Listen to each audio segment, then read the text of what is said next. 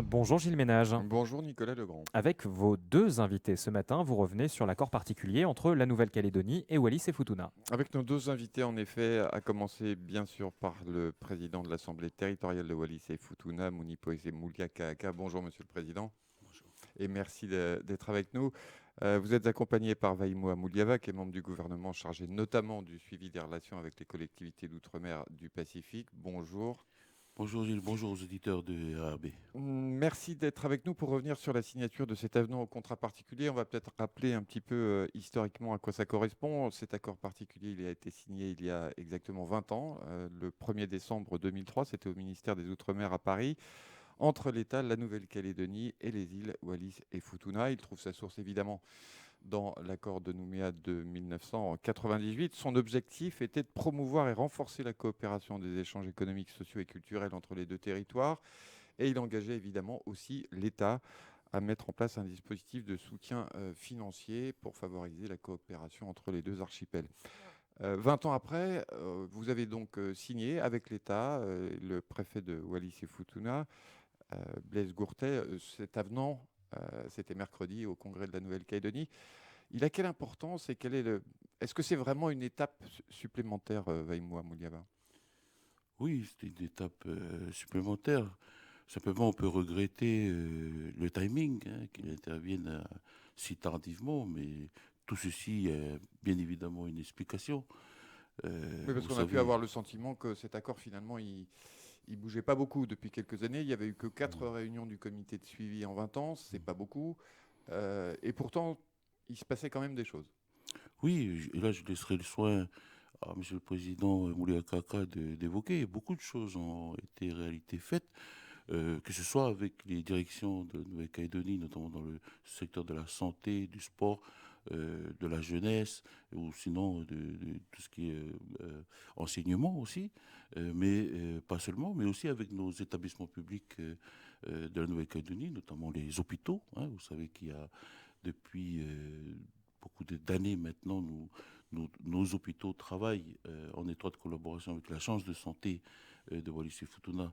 Vous savez, les malades, les patients de Wallis et Futuna viennent ici au Medipôle, ou dès lors qu'il y a un besoin d'un spécialiste, de cardiologue ou de pneumologue, le chemin des gens de Wallis et Futuna, c'est la Nouvelle-Calédonie.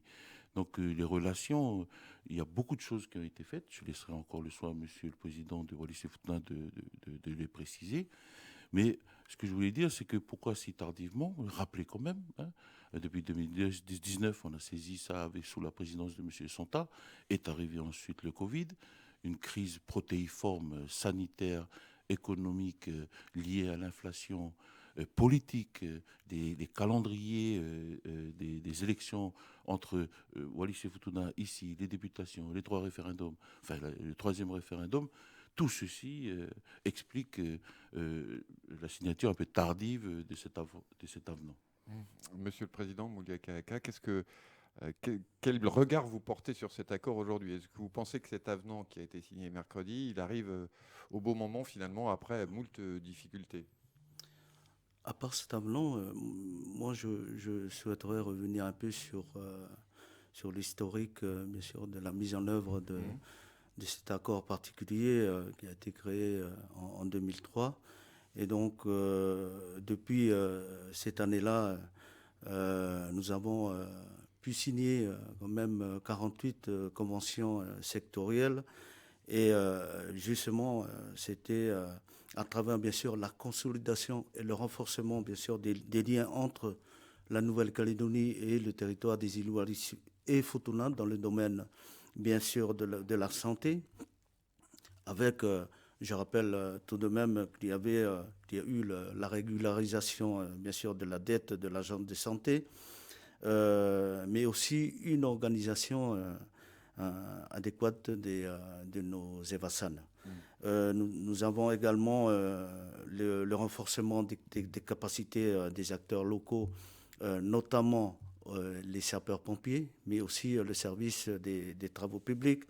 En termes de formation, il y a eu quand même une, dans le domaine de la santé, mais aussi de l'éducation, puisque à travers, bien sûr, la convention sur la formation initiale des élèves maîtres, mais aussi dans le domaine de la santé, on a pu quand même avoir des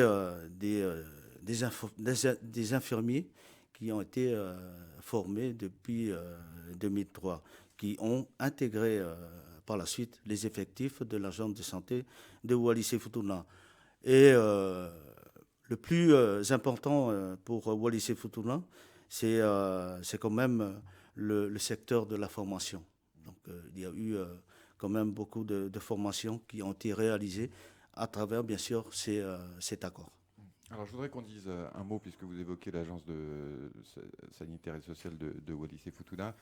On sait que les députés calédoniens et le député de Wallis-et-Futuna ont travaillé ensemble auprès de l'État pour obtenir justement le règlement partiel, en tout cas, mais d'une grande partie de la dette de l'agence sanitaire et sociale de Wallis-et-Futuna envers le Medipôle, puisque le projet de loi de finances 2024 national prévoit en effet une somme de quelques 300 millions de francs sur les 480 millions de la dette globale qui seront affectés au remboursement de cette dette. Est-ce que c'est évidemment une bonne nouvelle?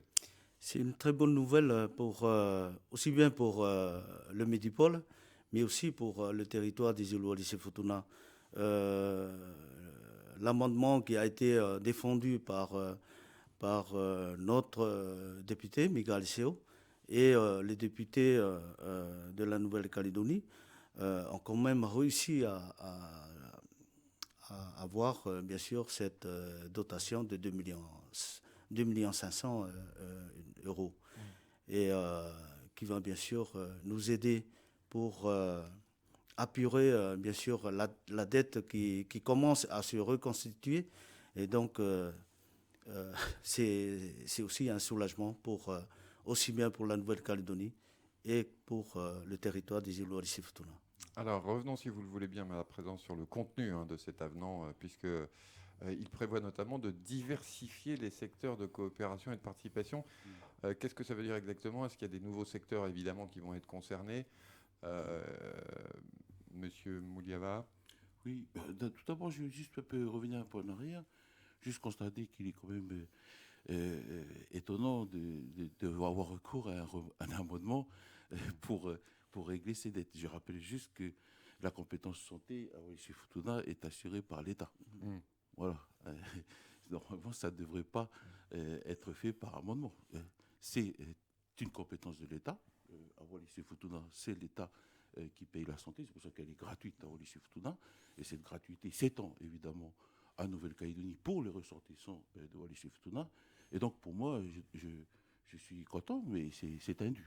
C'est indu, c'est inscrit dans les statuts. Voilà, je voudrais juste dire ça, pardon, Monsieur le Président, mais parce que ça rejaillit sur l'image de Wallis-et-Futuna. Donc voilà, je voudrais juste faire cette précision. Dire aussi que l'esprit de l'avenant, c'était aussi parce que la Nouvelle-Calédonie changeait de statut et puis aller vers une émancipation et donc assurer des compétences, s'inscrivait dans un transfert de compétences, que la question s'est posée sur Wallis-et-Futuna, les relations que pouvait avoir Wallis-et-Futuna, qui est toujours, vous le savez, il y a un administrateur supérieur. Et un des axes prioritaires était, Monsieur le Président, corrigez-moi si j'ai tort, c'était aussi le développement économique. Ouais. Voilà. Donc, cet avenant que nous venons de signer, c'est pas l'avenant, on n'a pas attendu de signer l'avenant. Le président et puis les équipes de l'Assemblée territoriale en bonne intelligence avec l'écosystème à Wallis veulent remettre aussi le développement économique. Et c'est ainsi que la Nouvelle-Calédonie peut aussi adresser ce secteur qui est important parce que ça fixe les gens, ça ramène la jeunesse de Wallis-et-Futuna, y compris les diasporas, veulent travailler sur la filière de pêche hauturière. Je laisserai le président développer si besoin, mais il y a aussi une idée qui germe depuis peu, et notamment avec les chefferies de Hihifo, sur le développement d'une filière bois. Voilà.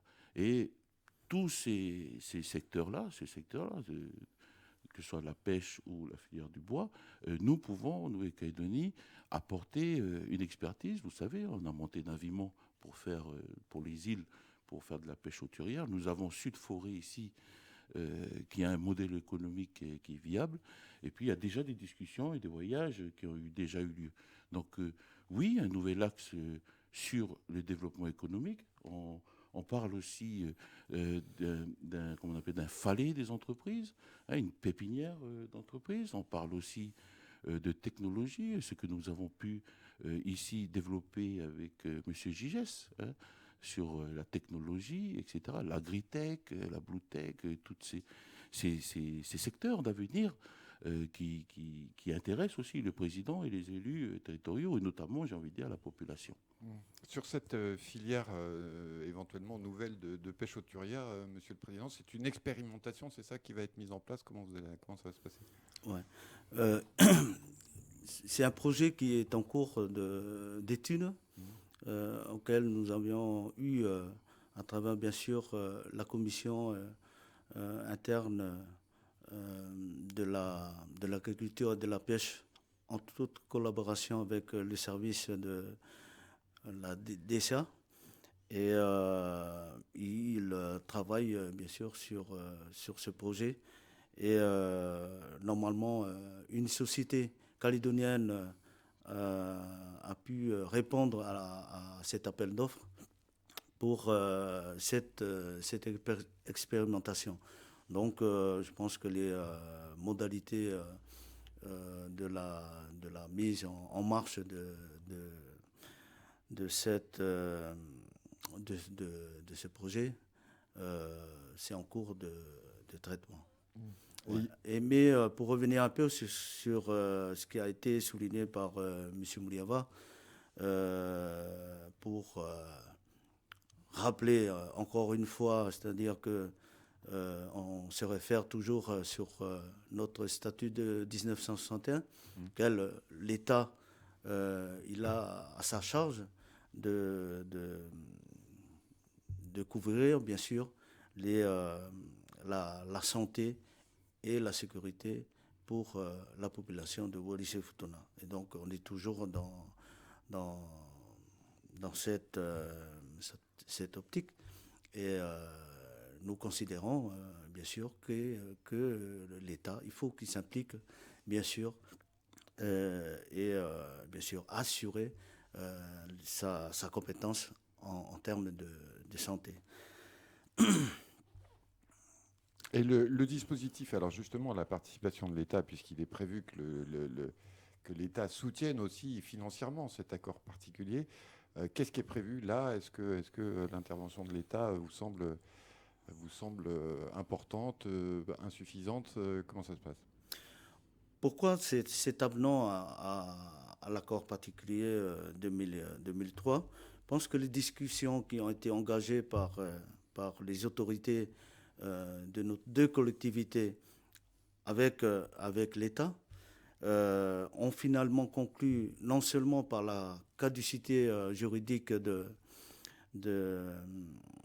au même titre que l'accord de Nouméa, et donc mais aussi à la portée même de l'accord particulier qui ne correspondait plus à la réalité et aux perspectives de coopération entre les deux collectivités et l'État. C'est ainsi que les nouvelles priorités identifiées et validées par l'Assemblée territoriale que nous avons bien sûr retravaillé dans le cadre de cet avenant, justement pour intégrer, par exemple, le développement économique, notamment, bien sûr, l'agriculture et la pêche, le développement numérique et l'innovation technologique. Nous avons aussi le tourisme, nous avons également le transport maritime et la desserte aérienne. Nous arrivons à terme de la DSP, bien sûr, qui nous lie avec Air Calin. Nous avons également l'éducation, la formation et l'insertion professionnelle, que j'avais évoqué tout à l'heure, bien sûr, les élèves maîtres qui vont devenir, bien sûr, des enseignants du premier degré, mais aussi des infirmiers qui ont intégré les effectifs de l'agence de santé. Nous avons également la mobilité, la jeunesse et le sport. C'est tout ça vont consolider, bien sûr, et renforcer les actions dans le cadre, bien sûr, de la mise en œuvre de notre accord cadre. Une dernière question. Il va y avoir plusieurs étapes à partir de maintenant. Est-ce qu'on peut espérer que le comité de suivi va se réunir de façon plus régulière? On sait qu'au début de l'année 2024, le président du gouvernement, Louis Mapou, a annoncé qu'il y aurait une réunion justement à Wallis et Futuna. Est-ce que ça veut dire que les conventions sectorielles vont pouvoir être signées? Comment ça va se passer? Quelles sont les prochaines étapes, Vaïmoua Mouliava? Oui, il a été annoncé, c'est un souhait du président M. Moulia Kaka, que se tienne très rapidement ce comité de suivi. Le président Mapou l'a annoncé. Nous serons en déplacement dès le premier trimestre 2024 pour tenir ce comité de suivi. Mais j'ai proposé au président Moulia Kaka et au président Mapou, y compris au préfet Gourté, que ce comité de suivi, au-delà des conventions sectorielles nécessaires que nous allons signer, notamment pour assurer un développement économique soutenable et durable de Wallis et Futuna via tous les programmes existants, mais peut-être de nouveaux programmes, que soit aussi peut-être discuté, puisque le moment, ce président Moulia Kaka vient de le dire, ça s'inscrit, cette signature s'inscrit dans la fin finalement de l'accord de Nouméa.